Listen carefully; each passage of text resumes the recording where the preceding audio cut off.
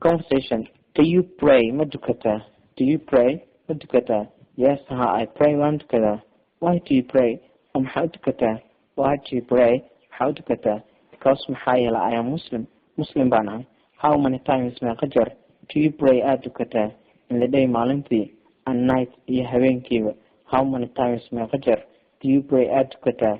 In the day maalintii and night iyo habeenkiiba. I pray waxaan dukadaa 5 times 5 jeer in the day maalintii and night iyo habeenkii. Do you also xataa fast ma soontaa? Yes, I also xataa fast waan soomaa. Which month bishee do you fast aad soontaa? Which month bishee do you fast aad soontaa? I fast waxaan soomaa Holy Ramadan month, bisha barakaysan ee Ramadan. Why do you fast? Oo maxaa u soontaa? The month bisha of Ramadan ee Ramadan maxaa u soontaa? Because maxaa yeelay Allah ordered us, Allah ayaa na faray. Allah ordered us, Ilaah baa na faray.